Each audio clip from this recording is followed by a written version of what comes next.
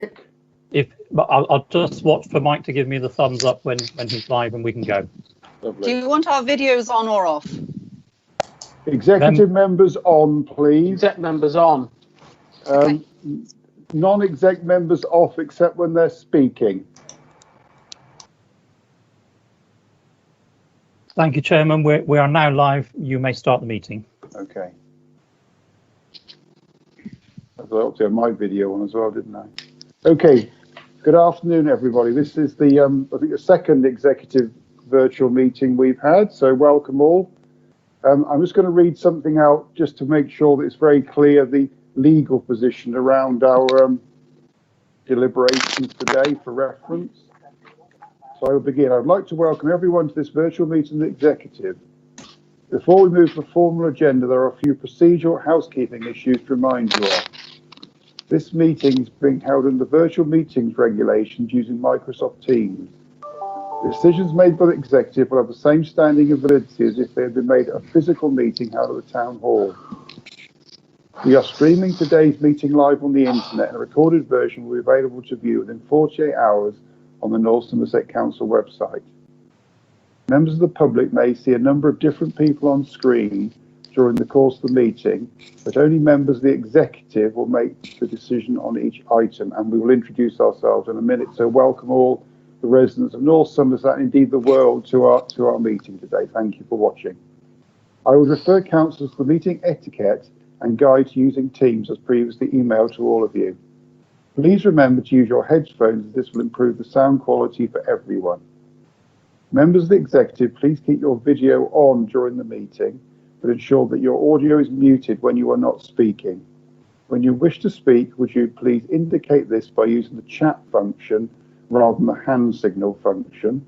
You need to monitor requests to speak from a single source, and our very helpful Democratic Services Officer Brent Cross will be monitoring those for us. So thank you, Brent.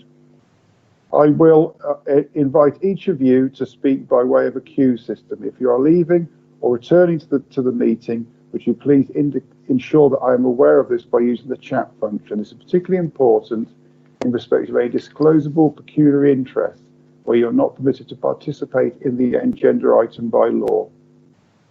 You should immediately leave the meeting before the start of any debate on an item where you have a disclosable pecuniary interest. A Democratic Services Officer will confirm when you have left or rejoined the meeting for determination of the agenda item. Non-executive members, would you please ensure that your audio is muted and your video is turned off when you're not speaking? And once you have spoken, please remember to mute your audio and turn off your video again. Thank you. Please also use the chat function to indicate when you wish to speak. Can I remind members of the chat function should only be used for the purposes of requesting to speak or associated matters, not for general chat. For any members joining the meeting by telephone, I will check whether you wish to speak before concluding the debate on agenda items. So I'll ask Sue Efford, are there any currently members of the council here on telephone? No, Chairman, and I haven't had any requests to join by telephone either, so I'm not expecting anyone calling in today. Thank you. But the voting procedure. When proposing a motion, would you please indicate via the chat function you wish to speak and wait until I invite you to do so? Please then clearly state that you are moving, for example, the recommendation report. If you're seconding a motion, please again clearly indicate you wish to speak and wait for me to call you. Generally, voting at this meeting will be done in reverse order and en bloc. That is, I will first request votes against the motion, then abstentions, then all other executive members of the meeting will be taken en bloc as voting for the motion. As chairman, if I determine there should be a voting by roll call, the solicitor will call each councillor in turn by name. Please state clearly if your vote is for the motion, against the motion, or abstain. Please remember to turn on your microphone when voting and mute it when you've spoken. This will ensure the votes are accurately recorded for more controversial matters and will enable members of the public to properly observe the vote. Before I move to the agenda, are there any questions from councillors? Can all members see and hear today's proceedings? And please ensure all mobiles are switched off. So thank you. So first of all, I'm hoping that all members can hear the proceedings, both on the executive and non-executive members. Brent, is anybody indicating that they can't? No, Chairman. Okay, lovely. Right. So thank you and welcome all. We'll move on to the agenda proper now. Item number 1 is addresses by members of the public, of which the deadline was noon yesterday. We have received none. Apologies for absence. I'm going to actually go through all the members of the executive now in turn, just so you can introduce yourself and indicate to members of the public who you are and the fact you're here. So let's start off. I'm Donald Davis. I'm the leader of North Somerset Council and the chair of this meeting. Councillor Mike Bell. I'm Councillor Mike Bell. Thank you, Mike. Mark Hannaford. I'm Councillor Mark Hannaford, and I am the Executive Member for Business, Economy and Employment. Good, thank you, Mark. Ash Cartman. Thank you, Don. I'm Ash Cartman, and I'm the Councillor for Long Ashton. I'm for Finance and Performance. Caritas Charles. Hello, can you hear me? Yes. Brilliant. My name's Caritas Charles, and I'm the Councillor for Portishead East and the Executive Member for Culture, Leisure, Tourism and Community Engagement. Catherine Gibbons. Hi, I'm Catherine Gibbons. I'm the Councillor for Milton Ward in Weston-super-Mare, and I'm the Executive Member for Children's Services and Lifelong Learning. Bridget Petty. Hello, I'm Bridget Petty. I'm the Executive Member for Climate Emergency and the Environment and Green Party Councillor for Backwell. Lovely. And finally, last but certainly not least, James Tonkin. Thank you, Chairman. I'm Councillor James Tonkin. I represent Nailsea West End, and I'm the Executive Member for Planning and Highways. Okay, so on that basis, there are no apologies for absence because all the executive members are here on this call. So thank you, colleagues. Item number 3 is declaration of disclosable pecuniary interest against Standing Order 37. Do I have any? Brent, are there any indicated by the chat? No, Chairman. Lovely, thank you. We'll now move on to item 4, which is the minutes of the meeting held on the 29th of April. For confirmation of the correct record, can I have a proposer and seconder for confirmation? Propose that they are adopted, Chairman. Okay, so Councillor James Tonkin is proposing. Can I have a seconder? Happy to second. Happy to second it. Okay, so I've got... Yeah, happy to second. Well, I'll take Bridget as she came up on my screen first. So Councillor Bridget Petty seconding. So let's go on the vote. Are there any against adopting these? Are there any abstentions? Brent, is that anything? Have you seen anything? No, Chairman. Okay, so I can confirm that those minutes are signed as a correct record of the proceedings of the 29th of April. I now move on to item number 5, which is the non-executive council's addresses. These were due to be received by noon yesterday, and again, none have been received by the deadline. I now move on to item number 6, which is matters referred to the executive not dealt with elsewhere on this agenda, of which there are none, unless the solicitor is going to tell me anything different. Mr. Brain, you happy with item 6? There are none? That's correct, Chairman. There are none. Lovely. Thank you. Item number 7, which is the West of England sub-region items not dealt with elsewhere on the agenda. I will make a very brief statement on this. There's been an awful lot of this discussion around the West of England Combined Authority and the consideration of North Somerset Council to join that body. We have informed yesterday the West of England Combined Authority that North Somerset Council is interested in exploring the option further so that we and the West of England Combined Authority can work on what form any arrangement might take. Clearly, this work we need to consider and scrutinise further for any formal decisions are brought back for council determination. And can I emphasise the fact that it will go through the full scrutiny process, and indeed it is a council decision. So in essence, we are writing for the application form at the moment, and that is as far as we are down the line, and we'll wait to hear from our colleagues in the West of England on that. Okay, item number 8 is to forward plan dated the 2nd of June. The document is on your meetings app and indeed on the website. This is for noting. Are there any comments or questions? I'll go first to non-executive members of the council present. Chairman, there are no comments. No comments, thank you, Brent. And for colleagues on the executive, any comments? There are none. Brent, is that okay? That's what I can see too. Lovely, thank you. So we'll go on to item number 9, which is the month 12 budget monitor and outturn. And I believe that our interim director of finance and property, Richard Pensker, is going to present this item in combination with our executive member for finance, Ash Cartman. Is that correct? That's correct, Chair. Okay, lovely. Do you want to introduce this, Richard? Yes, I will do. Thank you. So hopefully you've got the papers in front of you. So I won't spend long on the report. It is a formal report for the end of the last financial year, 2019 to 20. So it provides the month 12 budget monitor and also our outturn position. The recommendations before the executive are asked to note the revenue and capital outturn position, note the general reserve position and balance of 9.053 million, and also approve the amendments to the capital programme, which are a detail at Appendix 6. What I would want to draw the executive's attention to is the outturn position, which is effectively at 3.2, and the table at 3.2 provides the details of us reaching a balanced position at month 12 and outturn, which is a positive movement of 35,000 between month 11. Having said that, there are some quite significant movements between month 11 and 12 on some of the directorate lines, but the overall position is pleasing that we've reached a balanced position. What I would want to cover off, though, is some of the pressures that we saw in 1920 and mitigated through the year to get to a balanced position, which prevail, and I think this is relevant in the sense of these pressures we take into 2021, the current financial year, and to some degree are exacerbated by the COVID pandemic.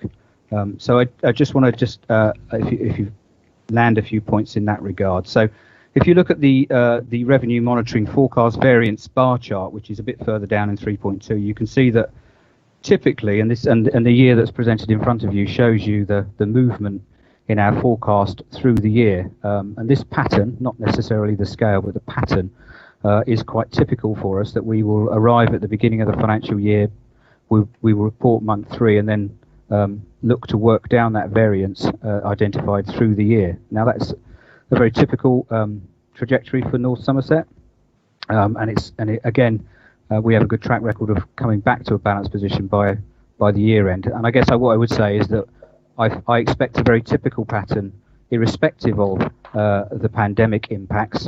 They would be exactly the same. So in considering our financial position for the current year that we're in, we expect to see some pressures surfacing, which we would then look to mitigate. Just thinking about some of the movements that have happened late in the month, between month 11 and month 12, there was a significant move in placements for looked after children. This wasn't necessarily to do with volume, but also to do with the cost of placements. And what I would want to register with the executive is that is definitely something that we feel we will have to address through 2021. So again, it's not necessarily a volume issue with placing looked after children, but these placements can be quite expensive, particularly as some specialist provision and secure units are not been available through lockdown, and therefore we've had to place them in more expensive provision. I'm happy to take any questions on that later, but Sheila Smith, the director of P&C, is also on the call, and I'm sure she could provide more detail if needed. We did see an improvement in the Development Environment Directorate, which effectively balanced us out, and that was really to do with re-estimating some of the impacts we thought we'd have, and we were tracking through the year. But again, if I take you to 3.3.4, some of the pressures listed there, particularly around home to school transport, leisure, and planning income, would prevail through this financial year as well. So I guess my overall message is that I think we have done well to get to a balanced position for 1920, but some of those pressures which we've mitigated haven't gone away. Although we built in growth in our budget for 2021, we are in a very different place now we've had the sort of COVID pandemic impacts, which effectively we are suffering through March through to now, but certainly we see those prevailing into the short to medium term. I think on that note, I'll probably pass across to Councillor Cartman just to sort of talk to some of the latter part of the report, which talks about some of those impacts. Thank you, Richard. I think first, thank you for all the hard work in terms of getting the budget to balance. I mean, normally we would be celebrating and marking the fact that it's another year of balancing our budgets for all the hard work of the finance team and everyone else across the council. So thank you for that. And we'd also be starting to deal with some of those pressures you alluded to, but we find ourselves in very strange times. I think it sounds very dramatic, but the COVID situation has kind of blown a hole in our finances in many ways that we're having to deal with. We have, as the report says, a number of additional costs. We're supporting the adult social care and care homes. We have a proposal on this agenda to support our leisure centres and a number of other areas. We're also losing income from car parking services and from council tax and business rates.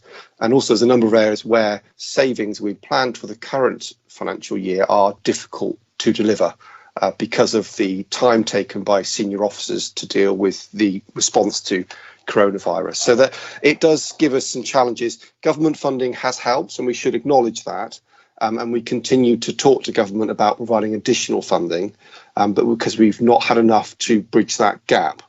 And I think this gives us, in summary, two kind of challenges. Not only do we know we've got a large gap, we don't actually know what that size of that gap will be because we're managing a number of emergent risks. And I think those risks are kind of noted in a section in the report of some of the uncertainties that we continue to have. I think to reassure members and anyone else watching, we have undertaken detailed work to assess the size of that gap, and we have got a mid position of about 6.5 million that we're working to bridge, if you like. But with any council, there's only three ways we can bridge a gap in our finances, and that's either through savings or cuts, it's more government money, or in the future, it will be rises in council tax. Now, we obviously not going to raise council tax for this year, so we can't. But in terms of savings, work is underway. All the directorates are starting to put together plans. We've consulted with scrutiny chairs and deputies, and we'll continue that process so that we have plans to put in place from September to allow savings to be made. Ideally, we wouldn't, which is why we continue to lobby government. We talk to our local MPs so we can receive more money and government funding from them. And we have a hope that we will receive some indication of that level of funding at some point in July. So I think in summary, it is uncertain. There is a gap. We continue to lobby for more money, and we are taking prudent action, and we're looking to find ways forward. Thank you. Thank you, Ash. I mean, it is very disappointing that at the start of this, we were told by MHCLG that our costs would be covered. Now there's this distinct rowing back on that, doesn't there? Which we all got to share the pain, which strike me as being desperately unfair for in-year cuts we'll have to make, given the other pressures we've automatically got in all our efforts to make sure our most vulnerable are looked after. The costs of that is only going to increase beyond the budgeted information, even with the growth put in. So I do think we need to continue to lobby, which we are doing. And I just think we've been put in an incredibly invidious position as ever by government, because of course they don't have to explain to the electorate of North Somerset why we're making cuts. And of course we have to balance our budgets, whereas they can just print money as they like. So it is desperately frustrating. We worked on a certain set of guidelines at the start of this, and now that seems to have been changed, which I think we all find very, very frustrating. Clearly, in a normal circumstances, this should be a relatively straightforward item, but I think I'm going to ask now for comments from any non-executive councillors who wish to comment, question, query.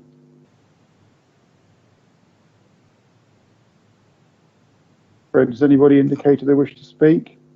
Chairman, the only speaker listed at the moment is Councillor Bell. Okay, so we'll go to executive colleagues. Mike Bell.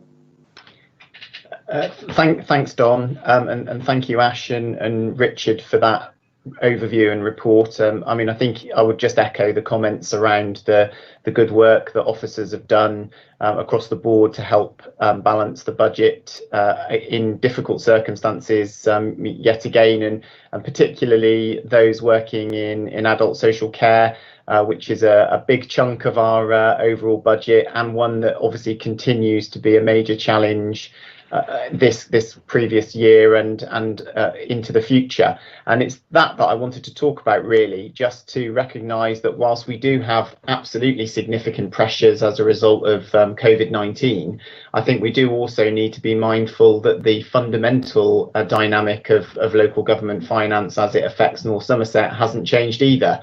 We were forecasting a significant budget gap for next year, so 21-22 anyway, before COVID came along, something like £9 million. So we were already in that world of having to identify savings and look at ways of delivering things differently. And that's been compounded now by the situation that we find with the COVID emergency.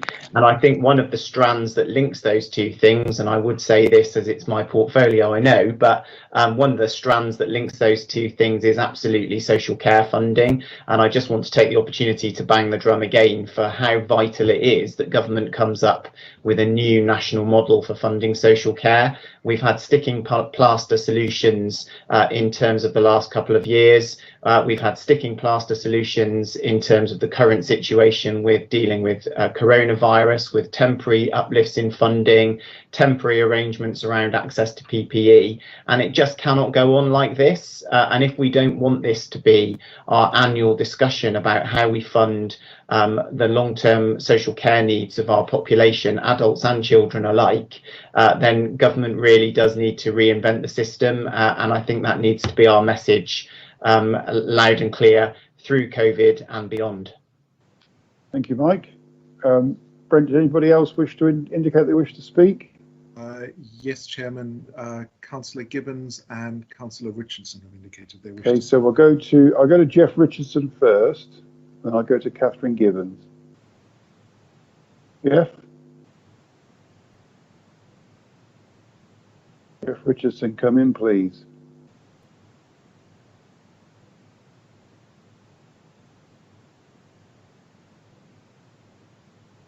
Chairman, it's Nick Brain. I know Jeff has had problems connecting on other occasions. Perhaps you should go to Catherine.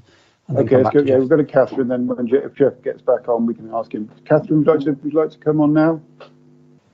Yes, thank you. I just wanted to make a similar point to Councillor Bell. We've worked hard within children's services to try and deliver more in early years, but as we look at what this crisis is causing in communities, we're well aware that there are many other problems that will come along on the horizon, particularly mental health issues for children and adults. And to say, as Mike, that we need and we will keep on lobbying central government, because occasionally it feels in local government like, as someone once said of the press, that they have power without responsibility. It sometimes feels to me like we have responsibility without sufficient power, and we need to push for much better funding across the board so that we can deliver what our people need, and we'll keep on trying to do that. Thank you. It's interesting, a lot of countries that have dealt well with this are ones that are far less centralised than ours and actually use local skill and experience to get over the problems, rather than assuming some expert in London knows the answers to everything, be it in Weston-super-Mare or Tobermory or Llanelli, really, isn't it? And the quicker we learn that lesson, the better, I think. But I don't see anything coming that way from central government. Have we found Jeff Richardson yet? Chairman, no, he's showing us still not in the meeting. Okay, thank you. So, Brent, anybody else? No, Chairman. Okay, we'll go to the vote then. We're asked to note 2 items and approve the amendments to the capital programme. I was going to take them en bloc unless anybody wishes to violently disagree with me. So I'm going to ask, is anybody against the 3 recommendations? Are there any abstentions? Have you picked anything up, Brent? No, Chairman. Okay, so I will go from that we are all in favour of those three recommendations. So thank you all, thank you colleagues, thank you officers for your hard work on this, both in the council and delivery and the financing. So thank you very much. We'll now move on to item number 10, which I presume again is Richard Pensker, our interim director of finance and property, to introduce, but it's a report for information rather than decision. Thank you, Chair. This is just a report that we provide annually, which provides some transparency to contracts that have been awarded in accordance with contract standing orders. So they're all properly made. One of the requirements is that we provide an annual report to executive to give the executive detail of those reports. Thank you. Do we have any comments or questions or queries from non-executive colleagues? Chairman, no one has indicated that they wish to speak. Do we have any from colleagues on the executive? Okay. This item is for information only. There's no decision required on it. So therefore, Mr. Brain, I'm going to go on to the next one. Thank you, Chairman. Okay. Item 11 then, which is executive appointments on outside bodies. And I think, Nick, this is for you. Indeed, Chairman. So members have amongst their papers the appointments that were made last year. This is an annual appointment. So far we have assumed that all the appointments continue, but it is obviously in your discretion to change any of the appointments on that list should you wish. Okay. Very helpfully, the officers producing this document have highlighted in yellow the couple of changes that were there. Are there any questions or comments from non-executive colleagues? No, Chair. From executive colleagues? Yes, I've just got one amendment, Chairman, which I don't think was picked up in the report, and that is that Councillor Bridget Petty will replace Councillor Caroline Cherry as a Lib Dem nominee on the North Somerset Levels Internal Drainage Board. Okay. So, Councillor Petty, are you happy to take on that extended duty within your flooding portfolio? Yeah, absolutely. I attended my first meeting yesterday and had a briefing and a conversation with the Chief Executive there last week. So, yeah, I'm happy to join that board, and thank you for the nomination, Mike, to replace Caroline Cherry on that board. Thank you. So there is a decision for us to make. I will ask. Chairman, thank you for noting that. And just before you move on, I think Councillor Westwood would like to speak. Okay. Councillor Westwood. Thank you, Chair. Just a sort of update on outside bodies. I was able yesterday at the Police and Crime panel to propose that Ros Willis gets a special exemption for a year to remain as one of our representatives on the Police and Crime panel. She'd come to the end of her 8 years, but given the COVID situation, it seemed very good idea to have her on for an extra year, and they are the Police and Crime panel are going to sort that out with the other constituent authorities. Okay, there you go. Thank you. Now, just for guidance, that's a council appointment rather than executive appointment. Have I got that wrong? No, that's correct, Chairman. So thank you for the update from Councillor Westwood, but it doesn't affect the decision you're being asked to take. Okay, well, that's very useful, fact, because I know that Ros was willing to serve, and it did seem about a bureaucracy stopping her doing it. Of course, as the PCC had her term extended, it seemed bizarre to be trying to stop Ros from continuing on the panel for another year. So thanks for doing that, Rich. That's much appreciated. Does anybody else have a comment or question? Brent, have we got anything more? No, Chairman, there's nothing new. Okay. So there's a recommendation. I need a proposer and seconder. Happy to propose. Mike Bell and... Second. Happy to second, Chairman. And James Tonkin. Okay. I still didn't get in. All right. Councillor Petty has asked to speak. Again? I know, I apologise. You're not bigging up this inland drainage board thing, are you now? Everybody want to be on it. I thought everybody would want more information on that. No, it was about something else, but trying to work out the online logistics of requesting to speak before all the proposals happen. It's not a significant amendment, but I did notice, and it's not really an amendment, but I noticed that there's the point around climate change and environmental implications.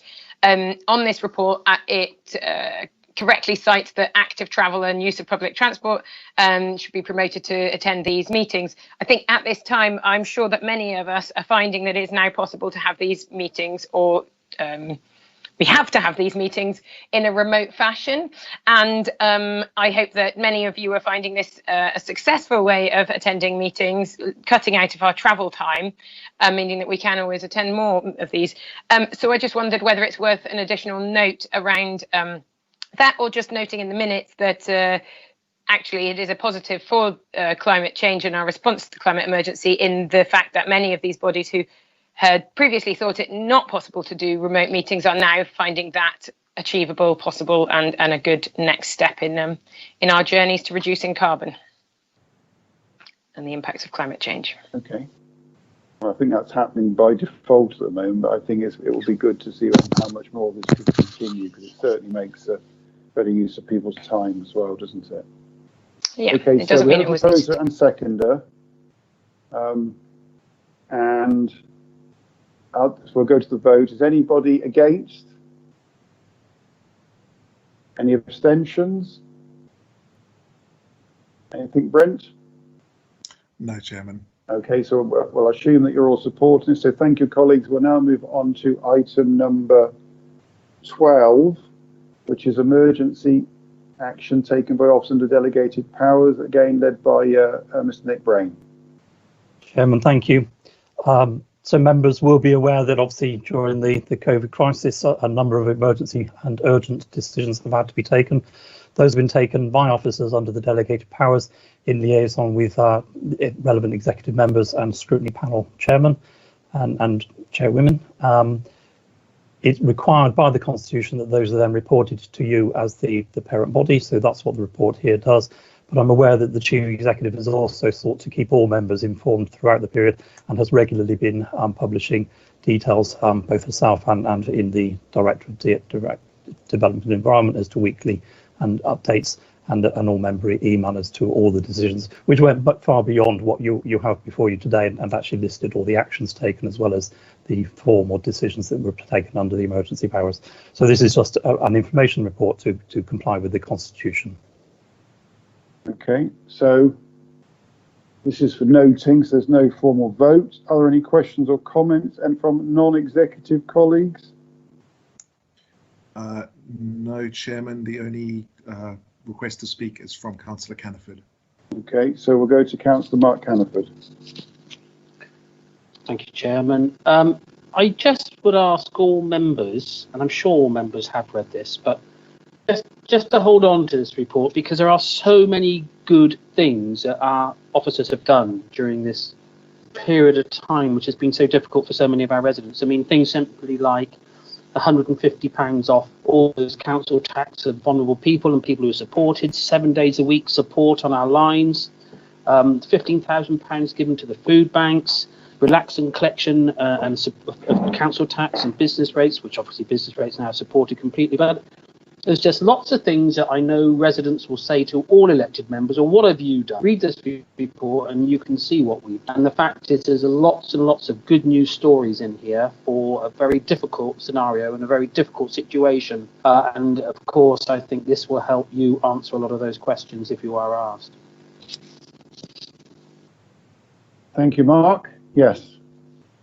The one thing that, well, one of many things that I've learned from this crisis period has been the massive resourcefulness and thoughtfulness of our officers across the board, and the things they've done for our communities, in many cases completely unsung and unpublicised, of which talking about this tends to then put the light slightly into that, is absolutely amazing. I think some of the voluntary work as well has been phenomenal. All the voluntary work has been phenomenal, but also that our officers have done an absolutely brilliant job. Some of that we knew nothing about 6 months ago, and I thank you for your praise in that regard, Mark. I hope the officers will accept that from us as an executive, and indeed the rest of the council. So thank you. Brent, is there anybody else that wishes to speak?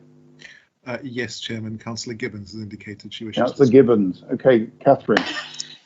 Yes, I just wanted to add to the praise that you've made and to flag up the amazing work of our officers in drawing together all the mutual aid groups into North Somerset Together, which I think is going to turn into an organisation and an element of support for our communities that will be something amazing, and which probably wouldn't have happened without this crisis. We've actually developed something that we can be proud of, and I'd like to thank everybody involved for that. Okay, Brent, anybody else? No, Chairman, that's okay. Well, this recommendation is for noting, so I think we're noting it. Thank you very much. We'll now move on to item 13, which is the acquisition of land at Millcross, Clevedon. Now, I need to ask my executive and non-executive colleagues a question before we start this item. Is anybody going to refer to the exempt appendix during any questions or comments? I need to know now before we commence.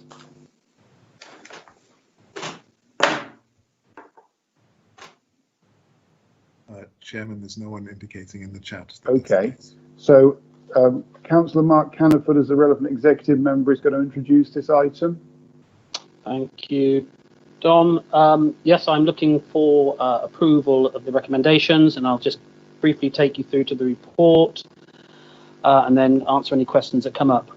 We have the benefit under the One Public Estate legislation that we can actually do something with this piece of land to benefit the residents of North Somerset, but particularly the residents of Clevedon. We can acquire this piece of land so we can do something with it by bypassing it on to a provider to create something that's desperately needed in Clevedon, and that's affordable housing. I know we have support from the town council in that whole idea, and we hope to get support from the executive today to be able to do that. It's really good, isn't it? Because we have this piece of land, which I now believe, and I'm sure any members who are Clevedon members would like to correct me, has been empty and waiting for something to happen for many a year now, 10 years plus. And working with Alliance Homes, we'll be able to provide up to 65 affordable houses and provide the second tranche of affordable houses in North Somerset this year, whereas, or in the last 12 months, whereas previously it's been really a real struggle to get affordable houses into North Somerset, but we seem to now be making some real good progress. Just a couple of issues that members might like to be aware of. Of course, we can't dictate what Alliance Homes does on this piece of land, simply because if we did, we have to go to open market because we'll be setting the conditions. But I'm sure Alliance Homes understands exactly what we are trying to do, and if they wish to work with us in the future years, I'm sure they'll understand that we have to be able to trust them and vice versa, and therefore I have no reason to believe that we won't ultimately get what we're looking for to help support the residents of Clevedon. And in terms of what is built, well, it's all going to be modern, energy efficient homes, and homes that will be desired and wanted by the people of Clevedon. I fear that the alternative would be, of course, that if we didn't do this deal, is the land would go on to the open market, sell for far more than a developer who is interested in social housing could possibly wish to afford, and will end up with further sites for housing for the elderly, as important as it may be, but also expensive housing which won't allow our young people to be able to stride to get their homes, which is a considerable concern for many elected members. I feel the risks are very minimal, as the report quite clearly makes that the funds will be a back-to-back financial deal. So we purchase the land and immediately it is sold directly to Alliance Homes, and the monies are transferred without us getting any costs. And any minor costs that we do get through to our legals, etc., will be covered by Alliance Homes. to make sure we are not out of pocket in any way. But just to add to that, of course, we have to then decide on what is terms costs. I mean, in my eyes, if we can get 65 affordable houses in Clevedon, we certainly end up in a position where the value of that far exceeds any minor cost it might cost us. So I think this is a really good news story for North Somerset, and particularly this current council, because it's in our corporate plan. We've all agreed to that. And I think that it creates a thriving and a sustainable place and opportunities for all. So I hope we get full support for this, and I'm happy to answer any questions. So, Councillor Caniford, would you be happy to propose these two recommendations? I am very happy to propose these two recommendations. And, would Catherine Gibbons like to second them? Yes, finally. Yes, I'll second them. Lovely. Okay, thank you. So we have a proposal which has been seconded, and I believe that before I go to other members, Councillor Crosby has indicated to me he wishes to speak. Thank you. Thank you. Can you hear me okay? I've had some problems. Yes, fine. Thank you. You're absolutely right, Mark. There's been no significant affordable housing built in Clevedon since 2008, and that was age restricted. So it's an extraordinary win for us. It began when the hospital plans were abandoned back in 2013, and I and a couple of others have spent an awful long time since then badgering NHS estates mainly to get them to review the site on its asset and portfolio value. When we finally got to that point of NHS estates saying yes, it's on the market, and I was able to say to them, can we be the right public body for you? And they said, yes, you can. And I just want to say that I think that Alex Hearn and Nick Plumley, though he's no longer here anymore, but Alex Hearn has done a great job. This took years and years and years and years to get to this point, and he got it in front of you ready to go in 3 months. Result, Alex, well done. Thank you very much from the people of Clevedon who have spent a long time trying to get this. Well done, well done. Thank you, Mark, for those very kind words. I mean, this is a brilliant scheme, and at long last, hopefully this bit of land will be classed as the Mill Cross development as opposed to the Quick Save site, which it's been for far too long. So thank you all. And I will now ask Brent, have any non-executive councillors indicated a desire to speak? Councillor Westwood has indicated that he would like to speak. Councillor Westwood? Richard, are you there?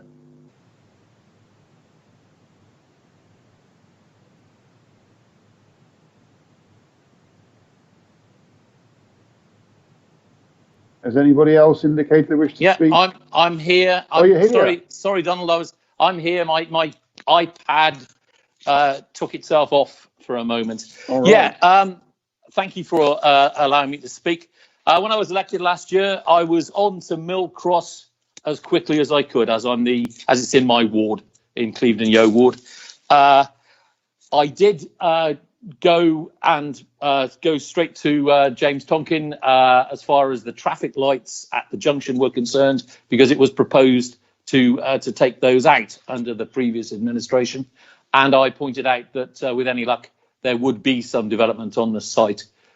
So we got the traffic lights protected, so they've been upgraded and are ready to welcome the new development.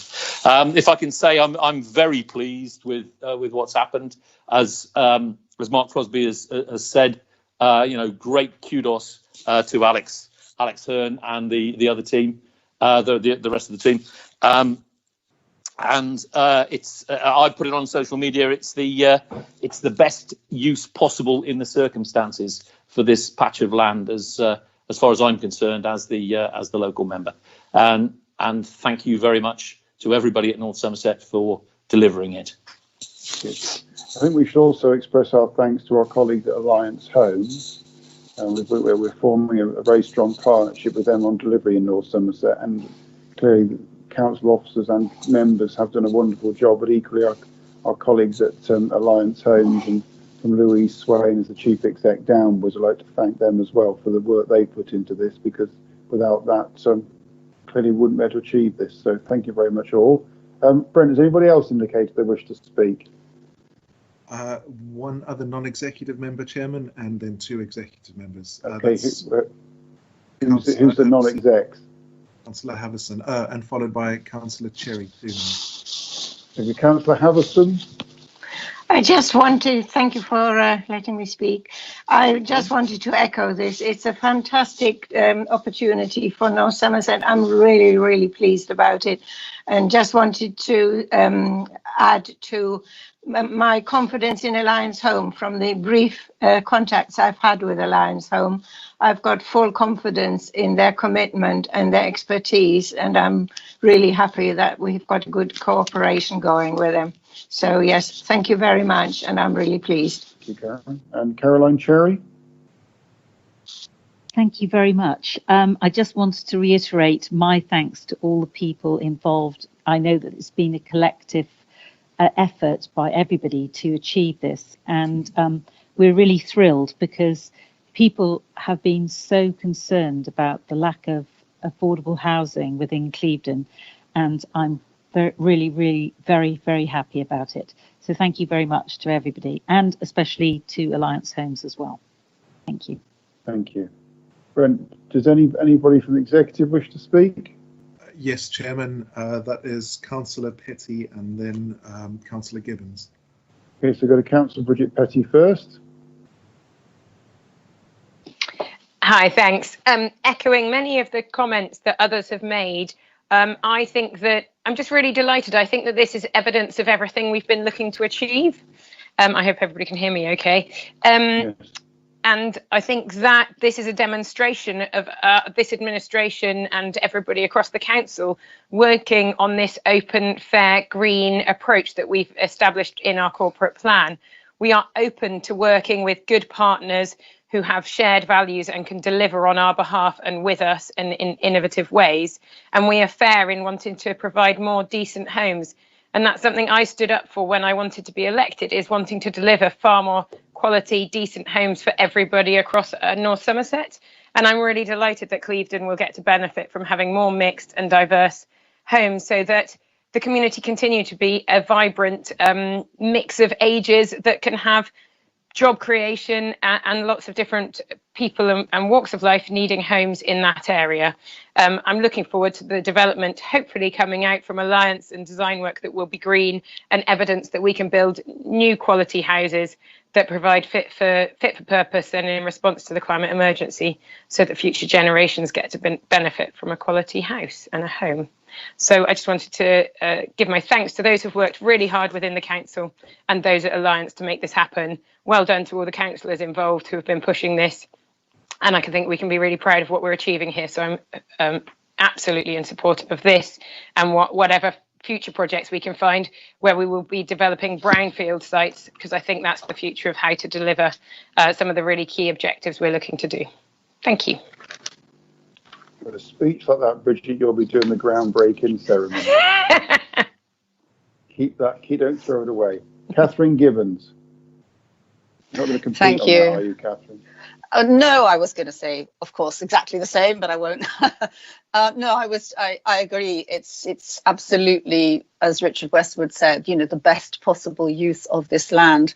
I just wanted to refer to some comments that had been made on Facebook and other fora where this has been discussed, and people have picked up on the risk elements that Councillor Caniford helpfully covered in the introduction to this. And agree with everybody in saying that, we do have to trust Alliance Homes. Yes, okay, in theory, they could decide not to take it forward as 100% affordable housing, but we have no evidence that as a partner they would do this. I think that, they have to state this in the risk assessment because it's there, but I guess Mark can probably fill me in. As an actual risk, I would hazard that it is absolutely minimal.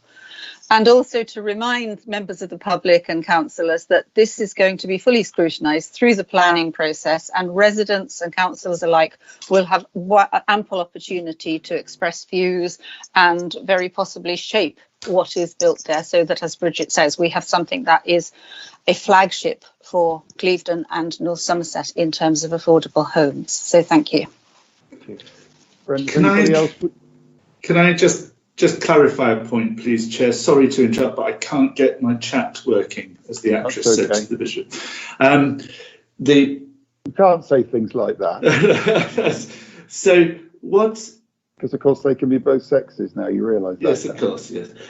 So what I wanted to check to confirm was that one of the in the early discussions that I was having with Alliance, particularly with Sarah McQuad, we were talking about what future role there was for Clevedon and Clevedon Town Council and so forth in this.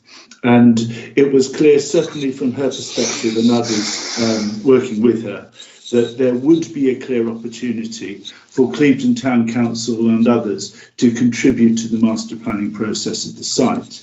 And I think that that's to be applauded, and I really don't sense that anything is going to happen other than that. And I think that's great. Thank you. Can I answer that, Don? Yes. Yep. So, Mark, yes, quite right. I mean, the process, of course, will give you two opportunities, in essence, to input here. One, because Alliance Homes has reached out to you to engage about the process, but also through the planning process. And I'm sure that Clevedon Town Council will have the opportunity to put its feedback in through the planning process. So, in essence, you're going to get two bites at the apple. The more the bites, the happier we are. I mean, it's really important, isn't it, that I think that this executive in particular, more than I have seen since I've been in council, wants to try and break down the barriers between our communities all over North Somerset. They've been there for far too long, and we need to know exactly what the people of Clevedon want, what the local councillors want, so we can help, or certainly Alliance, and we can help through the planning process to get exactly what is wanted, and therefore to be deemed and seen as a great success. Can I just break in there as I think I'm the only member of Clevedon Town Council at this meeting. As is pointed out in the report, Clevedon Town Council were consulted in the preparation, and we are very much looking forward, champing at the bit indeed, to make our contribution to this scheme. As I say, I see this as a wonderful opportunity for Clevedon as a community to get what it wants effectively, or to get something close to what it wants. Anyway, thanks very much. Great. So, Brent, do we have anybody else that wishes to speak? No, Chairman, that's everyone. Okay, we have a proposition that's been seconded, and we'll go the reverse voting as usual. So does any member of the executive wish to vote against this motion? Are there any abstentions? Brent, have you seen anything? No, Chairman. Okay, so on that basis, colleagues, thank you very much. This item is passed.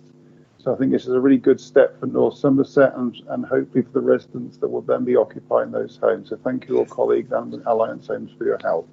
We now move on to item number 14, which is all reports of executive councillors. I was going to go round in reverse alphabetical order. So I'll go to James Tonkin first. Thank you, Chairman. I've actually got nothing to add to the meeting at this point in time. Okay, Bridget Petty. Nothing to add at this time. Catherine Gibbons. No, I have nothing to add. Thank you. Caritas Charles. Nothing to add. Ash Cartman. Nothing from me. Mark Hannaford. Sorry to ruin that, Chairman. Just to let members who are businesses and residents who are listening to this meeting that the discretionary grants again open on the 29th of July for those who are in the position to put an application in and to hopefully be granted it. The conditions will be online for that, but it opens again on the 29th of June. I think I said July, June. That's definitely June, i.e. the very near future, not July. 29th of June. 29th of June. Thank you very much. Mike Bell. Nothing from me, thank you. Okay. Well, from me, the only item I've got is to announce that We're planning to have an extraordinary executive meeting on the 29th of July at 4 p.m. to approve the signing of the HIF grant determination agreement. So a date for your diaries. Thank you very much. We'll now move on to item 15, which is urgent business. Now, we do actually have some urgent business on a report on supporting leisure providers through the COVID-19 closure and recovery. I've got to rule this item can be considered as an item of urgent business. And the reason for urgency is that a decision is required now to avoid risk of contractor failure and to facilitate an early reopening of facilities in a phased manner. The provision of leisure facilities supports the physical and mental well-being of residents throughout the district, which would be impacted if the decision were delayed. Therefore, I'm going to ask that Councillor Ash Cartman proposes a revised recommendation, or did you want me to do it? Oh, you're joking. Yeah. So I'll do it if you want. So clearly, in this urgent paper, opportunity for member engagement has been extremely curtailed. Executive and scrutiny members will need to focus on this over the coming months. The chairman of the COCO panel has advised that he will look to put in place informal involvement immediately with more formal scrutiny engagement in the lead up to the September review. I'm grateful for his input and suggest that we include an additional recommendation noting that scrutiny will engage over the coming weeks with formal engagement in the September review. Okay, so let's double check with Mr. Brain, our solicitor, that I've covered all the legal aspects of this emergency item. Mr. Chairman, yes. Okay, so Ash Cartman, did you want to introduce this? Yeah, if I can. Sorry, Don, I just dropped out then, but I'm back in now. Okay, so I will just give a bit of background for a couple of minutes, if that's all right, and then we'll obviously go to questions. Just for those, I've approached this over the last couple of weeks working with the officers who've worked exceptionally hard on this, given that we need to move quite quickly. And it's worth just setting a bit of background for people in that we have 6 sites across North Somerset providing swimming and leisure facilities, and we own all of them. But we have 3 different providers who actually operate them for us. And actually, in a normal year, we would receive an income from those in terms of a management fee and a profit share. And the other thing to note in terms of considering this support package, one of the things that I first said was, why should we be subsidising private businesses? But these aren't private businesses. They're charities and social enterprises. And I think that does have an impact on the decision and the context. But we're not in normal times, as we know. And since April, they've been losing money hand over fist. They've furloughed their staff. Direct debits from members have been cancelled, and of course they've had no one visiting for ad hoc fees. And these places cost a surprising amount of money to actually operate. I mean, you think there wouldn't be anything to pay with no one there, but just think of the utility and heating bill for a swimming pool and you get kind of an idea of the costs that it does to run these places even when there's no one in them.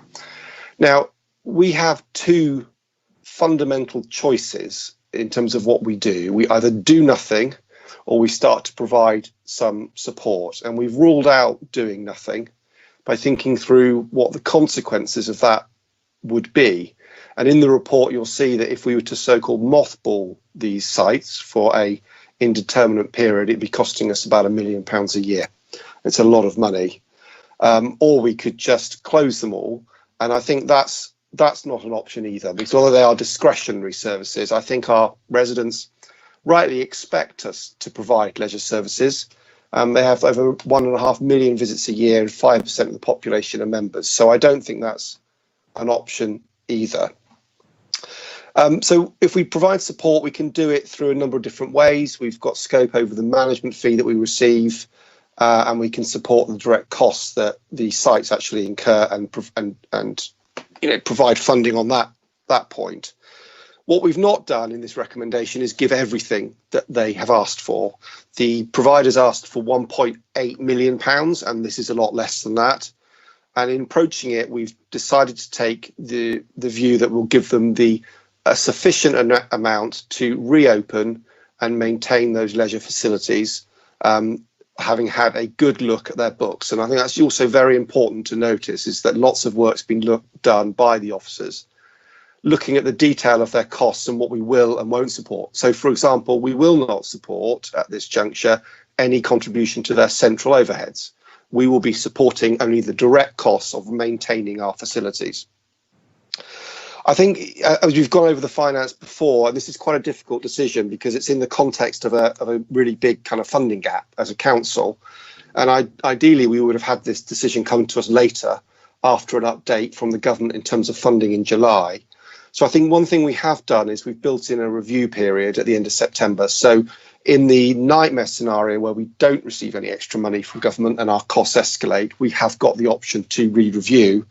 And I know Don read out something, in terms of an amendment to the recommendation, that we will consult on that with the chairman of COCO and engage over the coming weeks as well.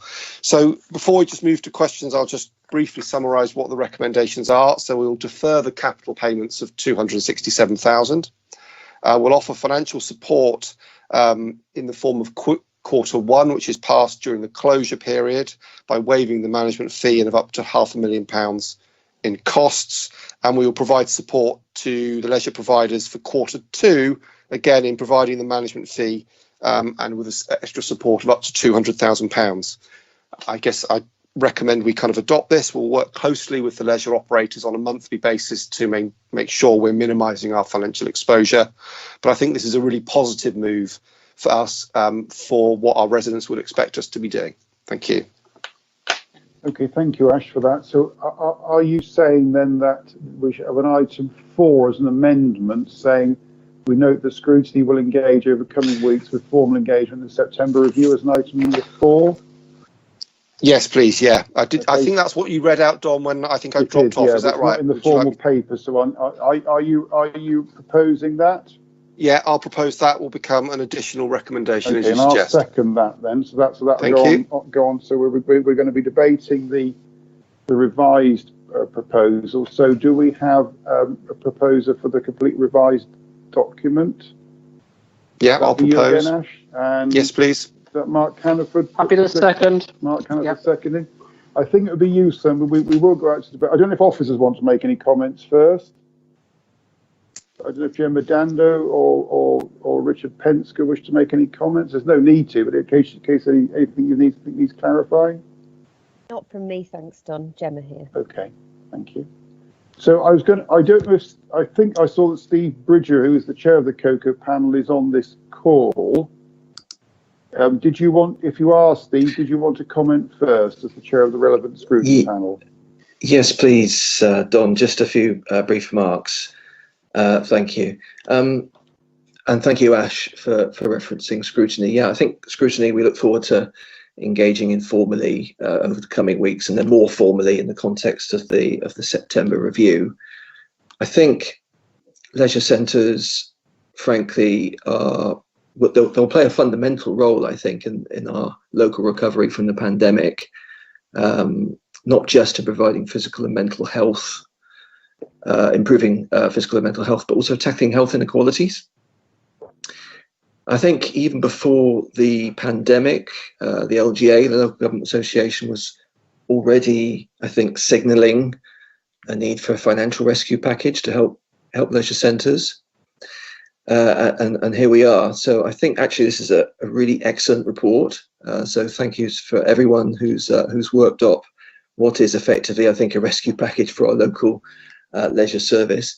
I did have one question, which was referencing paragraph 1.4 in the report, and I think the not inconsiderable monthly running costs of keeping these places compliant and ready to go, which I think Ash referred to. And the question is really, are we in a position to, or have we also lobbied the utility companies so that they perhaps also agree a short-term reduction or waiving of their standing charges for energy, water, and so on? So I'm not quite sure who could possibly answer that, but that's my brief question at this stage. Thank you. I think it's Ash with his very large pack of 50p pieces to put into the meter. Ash, can you answer that? Yeah, so I think we had a brief conversation earlier, Steve, and I've got clarity since then. So they have been approached, but fundamentally they've refused at this moment. I think they said that we could possibly delay paying, or the providers could, but there's no sense of movement on those costs, which is a real shame. I know we've also, or other providers have been approached. I think they might be in conversations with the insurance providers, for example, because we're still paying the full level of insurance, which seems a bit strange given they've got no one using the pools, so the liability would have disappeared. And again, that's ongoing. Unless an officer can provide more, I believe that is a process they've gone through to review their costs. Yeah, that's correct, Ash.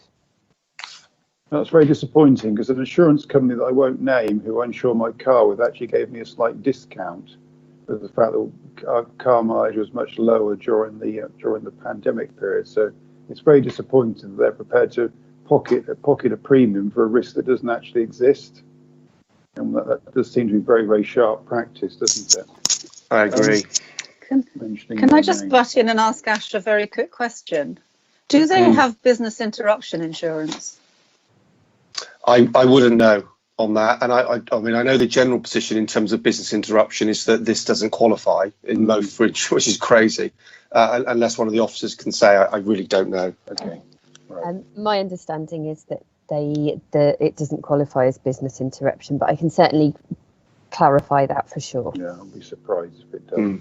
Okay, so Brent, so we've had this proposed and seconded. Officer comments have been requested and questions for the chair of the scrutiny panel. Are there any non-executive colleagues who wish to comment or question, please, Brent? Yes, Chairman. We've got Councillor Payne, Councillor Connolly and Councillor Richardson. So we've got Connolly, Richardson. I didn't catch the first one, sorry. Councillor Robert Payne. Oh, Robert Payne, sorry. Robert Payne. Hello, thank you, Chairman. Leisure centres are extremely important to the people of North Somerset, and I agree with what Steve Bridger was saying, that they're good for public health, physical and mental health. So I really hope the executive will show its commitment to their provision through this motion. But I would also like the council to look at the level of provision that we have in North Somerset. Speaking for Weston-super-Mare in particular, it's clear that we've got a shortfall in the provision of swimming within the town, which is highly frustrating for local people trying to access swimming facilities. And I can only assume it's the same elsewhere in North Somerset. So I hope that the council, the scrutiny panel presumably, can look at what we can do to make up that shortfall in the future. Thank you. Robert, I think the scrutiny panels are certainly looking at future policies, so I'm sure they would include that with them. So thank you. Councillor Connolly, who I think has one of these leisure centres in his ward. I do, and you've preempted what I was going to say. Oh, well, that's I'm right. going to say more than that to Kieran. Yeah, Come on, surely. As always, I'll say more. Good. So I've already forwarded my comments to the exec, but I wanted to kind of reiterate those publicly, if I may. So as you've already alluded to, Hutton Moor sits within my ward, and I'm incredibly concerned, and no residents are, by the news. Before COVID, Hutton Moor was one of the more profitable leisure centres. It provided the council with significant revenue and our communities with excellent facilities. It would be absolutely unthinkable if all of that was to be lost. So I'm aware government hasn't come forward with any plans to support our leisure industry, which leaves us needing to step in. I'm not going to go through the full details of the report, but there's a really strong case to intervene, and I hope you do. The community of Weston would be devastated with the loss of Hutton Moor, as would I, not just as an elected member, but actually as a resident and a user of Hutton Moor. Lovely. So please, if anybody beyond the executive and colleagues from the council is watching, please lobby your MPs. I see Dr. Fox was on the back bench literally last night on television. So I'm sure that him and Mr. Penrose would enjoy letters from our residents asking for support for our leisure industries more generally, and particularly our own pools. So thank you for that. Jeff Richardson. Hi, Don, can you hear me this time? We can, Jeff. We were disappointed last time, we missed you. So please fire away on leisure centres. Yeah, well, obviously I support leisure centres as much as anybody, and to state the obvious, this is going to be a year where we're going to make some very difficult decisions. So I don't think we need to lose sight of the fact that all of us approve of leisure centres, but at some point it may become a decision between leisure centres, adult social care and children's services. I do applaud the use of the open book approach for this, which means that we should reduce our risks as much as possible. And I'd just like to ask whether we considered any other bodies to supply funding, like Sport England. I don't know the answer, Jeff. I'm going to ask probably Gemma Dando, perhaps, if you can answer that question first, or is it Ash Cartman? Yeah, no, I can answer that one. The leisure providers are working very closely with Sport England. Sport England aren't able to provide help to them, but they are supporting the leisure providers to lobby government and other bodies to try and get some support into the industry. So Sport England and UK Active are the two industry bodies that are supporting leisure providers. I think they're mentioned in the report. They've helped co-author a paper by the LGA about supporting leisure providers as well, but they're not able to provide any financial assistance at this point. Okay, thank you very much. Okay, Brent, is there anybody else from the non-executive council who wishes to speak? Yes, Chairman, we've got Councillor Richardson and Councillor Solomon. Okay, well, I think we just heard from Jeff. So Mike Solomon? Oh, my apologies, sorry, that's don't worry. Councillor Westwood. And then Westwood, okay. So Mike Solomon. Thank you, Chair. I just want to come back on the point about difficult decisions to make between leisure services and adult and children's care, and they're very, very, very important areas to consider. But you also have to consider that our leisure centres are being used by the elderly to swim and to keep healthy. They're being used by our schools for children for swimming lessons. They're being used by young parents to get their children out to swim. So I think the two go hand in glove. That's the problem. I don't think you can trade one against the other. Our leisure centres are very, very important to help towards well-being, adult and childcare, and that was just the point I wanted to make. Well, thank you for that, Mike. And of course, the problem we have is that some of the things that Sir Jeff Richardson were alluding to, we have a statutory responsibility to provide, don't we? And I think some colleagues said earlier, we have all the responsibilities and none of the powers to do things differently. So I think that's what Jeff was alluding to more, the fact that the start choices a provision that may come forward, bearing in mind the financial position through us being so badly let down by central government. So but I do note your point, and of course the leisure centres provide things as well as swimming in gyms and most mobility and appeal to a massive spectrum of our population, from the very, very youngest to the very, very oldest on a daily basis, and that perform a very, very, very important function beyond the swimming arena. So, Richard Westwood. Yeah, thank you, Chairman. We, as a council, have a statutory and contractual duty to make sure that the facilities are up to scratch and are usable, basically. I spoke to Ashley Cartman, the executive member, earlier about this. It's a Strode leisure centre issue. Strode being in my ward, and I think we have an opportunity. Carpe diem, as it were, on behalf of Strode Leisure Centre, in that according to the lunchtime news, the gym facilities and various places will be open from the middle of July, whereas the swimming pool facilities won't be opening for a while after that. Now, this leaves a window of opportunity when Strode is open and staffed, and whereby the swimming, the wet side changing room floor, which is of considerable concern to a great number of people in Clevedon, whereby that floor can be replaced. At the moment, it is bordering on the in a very bad state indeed. So, as I've said, I've spoken to Ashley, and we think that we should set about repairs in the various leisure centres whilst we've got this window of opportunity. Anyway, thanks very much, Chairman. I didn't think gyms could open. Has that changed since last night? That's what it said on the lunchtime news, Chairman, mid-July. You're ahead of me, They are, so thank you for that. Don, they are guiding to mid-July. They haven't decided yet. They're keeping it under review, but mid-July is where they are targeting from considerable pressures from leisure suppliers. Yeah, I know there was pressure. I didn't catch the lunchtime news. I was tied up on something else.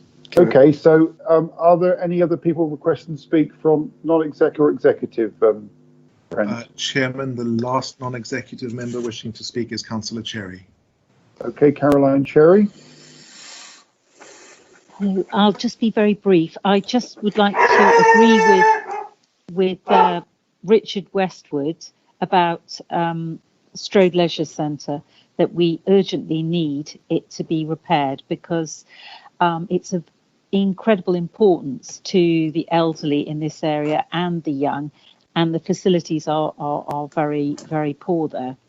But overall, having said that, the other reason why we must support the sports facilities are that it really is very important for people's health. I'm talking elderly health and younger people and mental health. And that's why it's something we're going to have to reiterate and all campaign to make sure that our MPs listen to us, because we must actually have resources for these facilities. Thank you.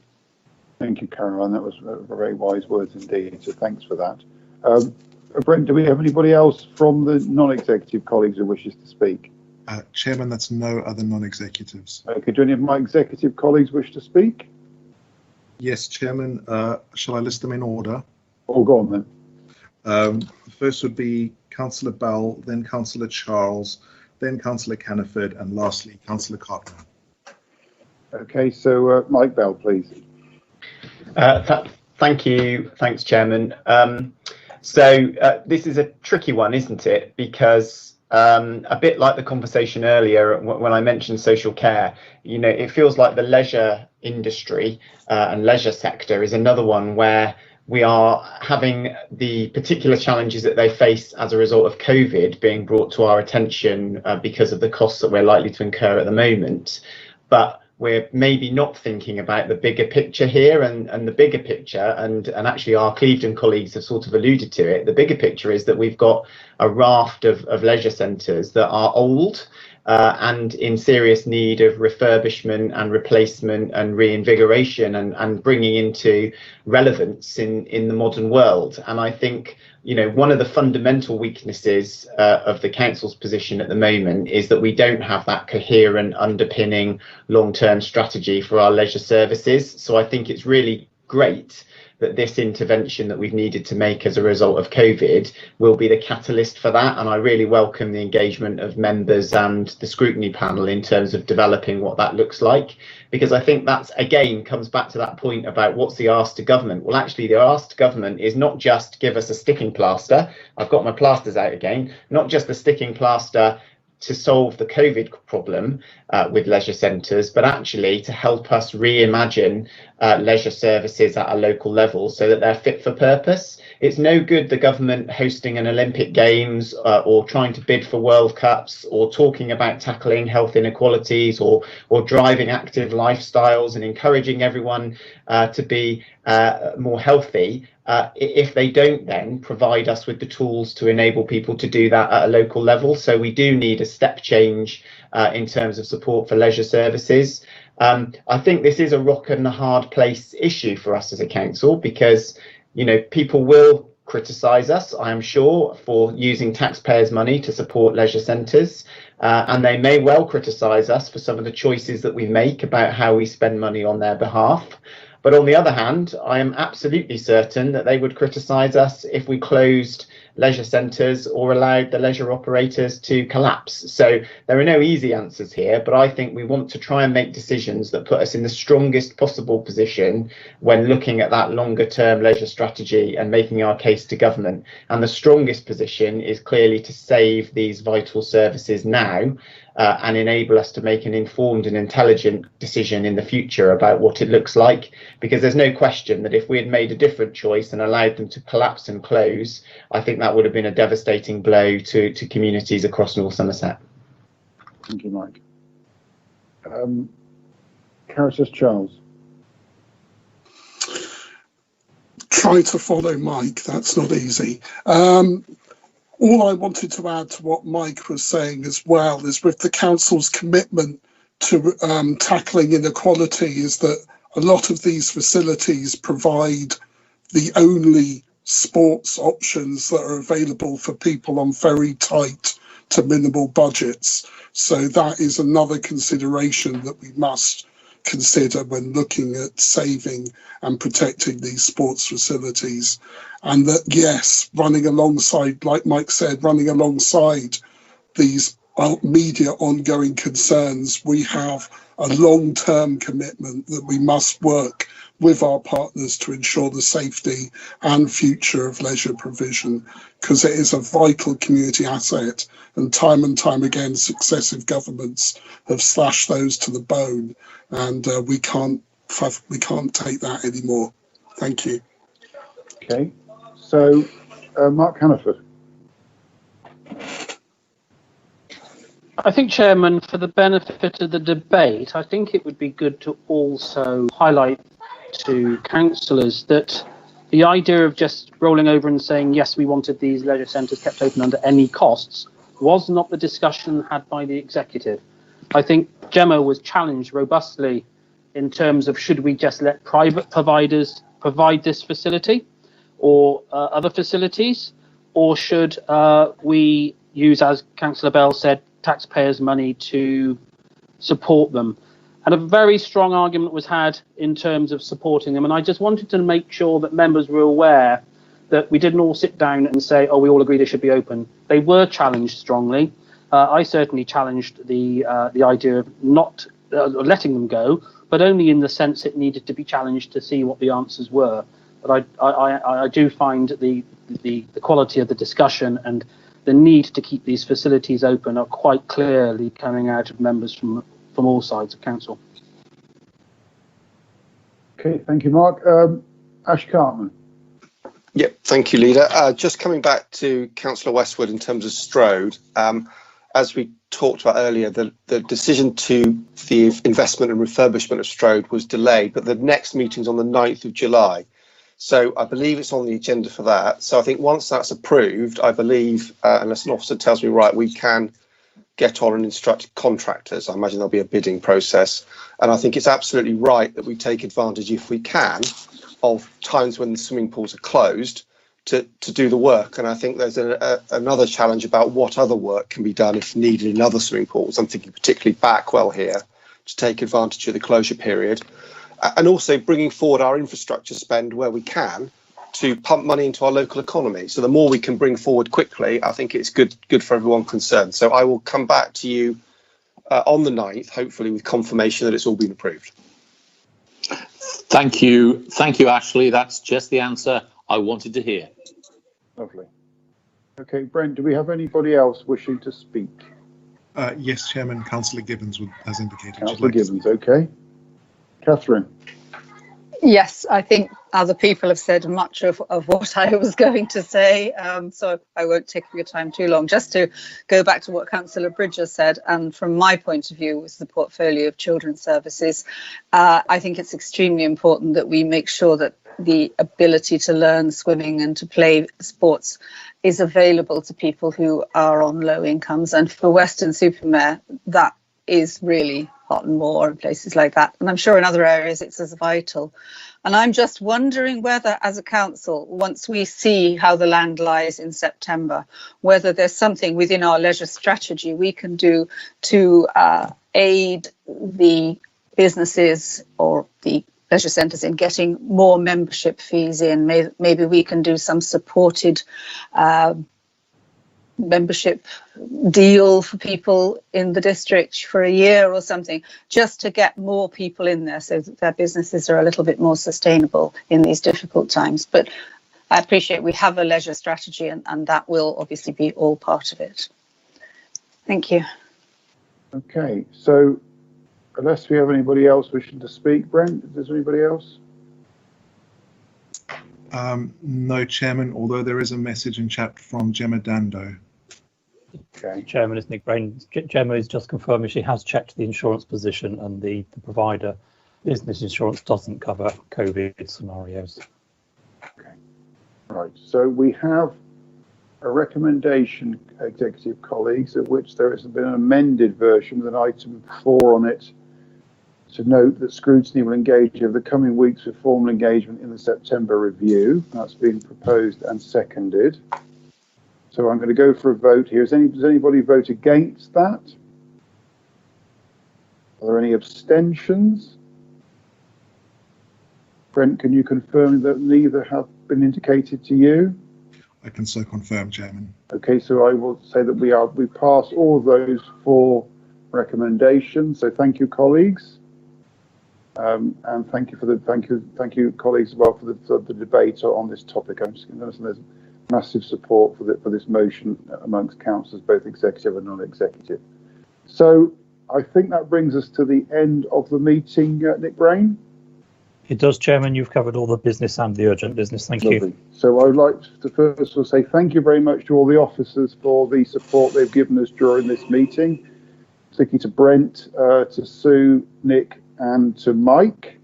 So thank you very much for your logistical support. Without you, this could not have taken place. Thank you for all those attended, including members of the public. I hope you've enjoyed watching. We'll be back again soon. And thank you very much. And I now declare the meeting closed.